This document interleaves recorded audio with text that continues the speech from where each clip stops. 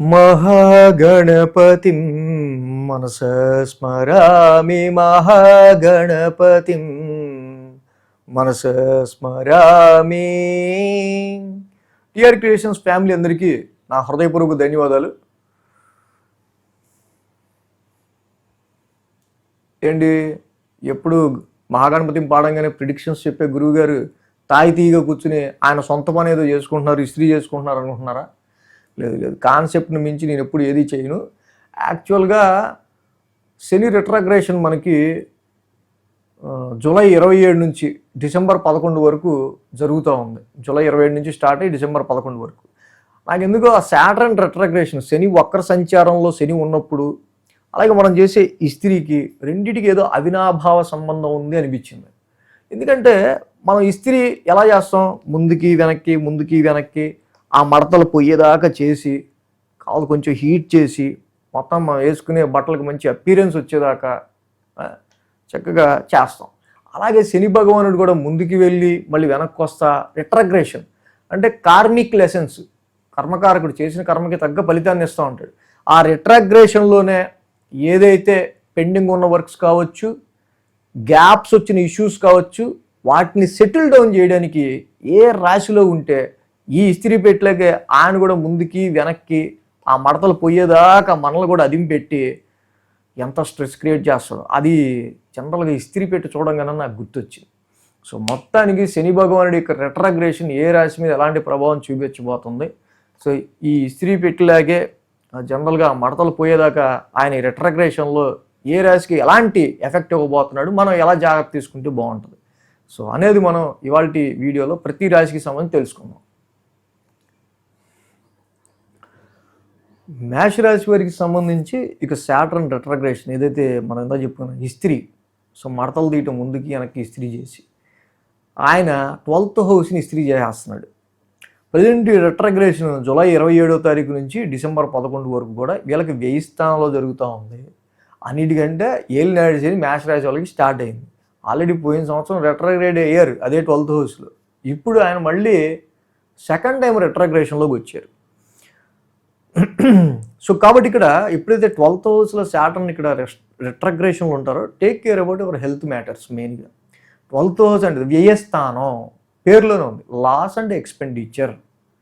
So this is house of loss and expenditure. రిట్రాగ్రేషన్లో ఉండటం వల్ల August, September, October, November, December 11 వరకు ఇలా ఈ 4.5 నెలల కాలం పాటు ఖర్చులు అనేవి ఎక్కువగా పెరిగిపోయే ఆస్కారాలు ఉంటాయి.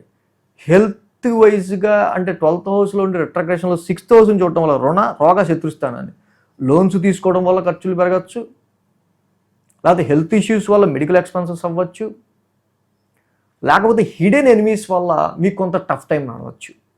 సో ఏంటి ఇలాగా గురువుగారు మరి ఇలా చెప్పేస్తున్నారు అని అనుకోద్దు. ఎందుకంటే ఇది మీకు ఏలినాడు శని మీకు కొత్త, ఆల్రెడీ వృశ్చిక రాశి, ధనుర్ రాశి, మకర రాశి ఇలా దాటుకుని వచ్చారు.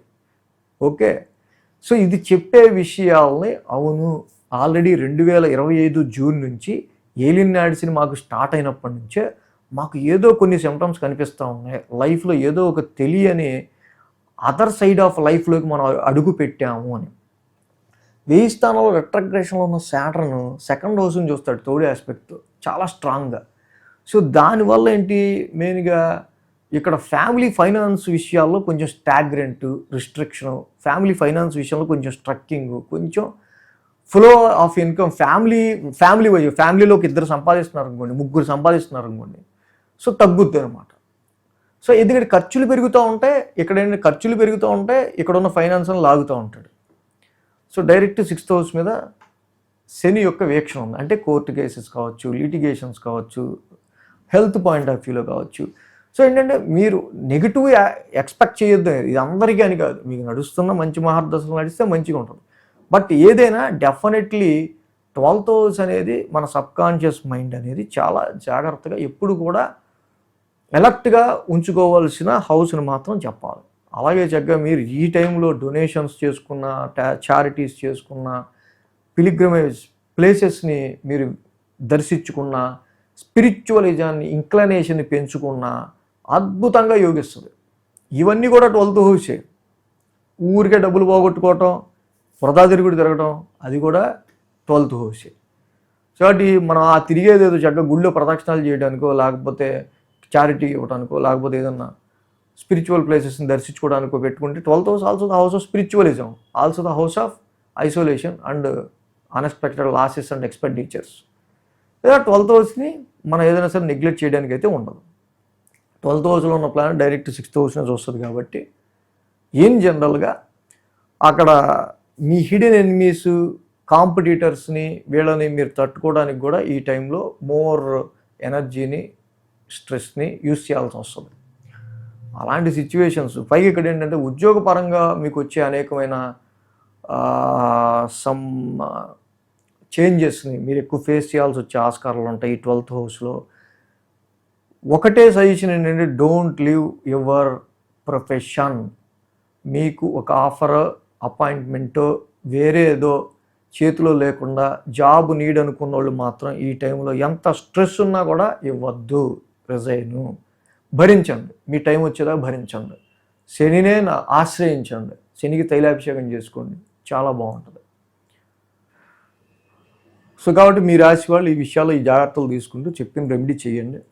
సో అలాగే ఈ 29వ తారీఖున జూలై 29 గురు బ్రహ్మ గురు విష్ణు గురుర్దేవో మహేశ్వర గురు సాక్షాత్ పరం బ్రహ్మ తస్మై శ్రీ గురవే నమః.